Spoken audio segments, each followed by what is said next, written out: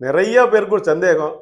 கருப்பு கருப்பு black, BLACK black, அந்த வண்ணத்தை குறிக்கக்கூடிய சொல் தமிழிலே கருப்பா கருப்பா. இங்க பாருங்க, மேல உள்ள கருப்பா கீழே உள்ள கருப்பா. அதாவது சின்ன ராவா பெரிய ராவா, சின்ன ரூவா பெரிய ரூவா, அதானே? எந்த ரா போடணும், எந்த ரூ போடணும் கருப்புக்கு?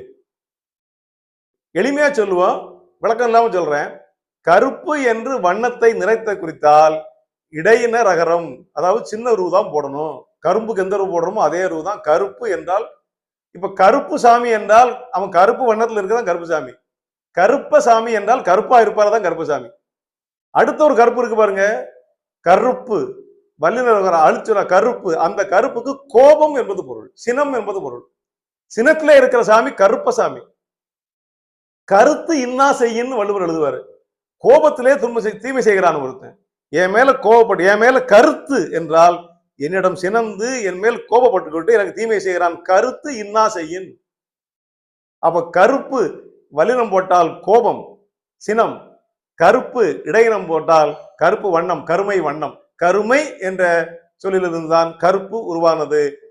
இரண்டு சொல்லுக்கும் நல்ல தெளிவா வேறுபாடு தெரிந்து கொள்வோம். கருப்பு நிறத்தை குறிக்கும், கருப்பு கோபத்தை குறிக்கும்.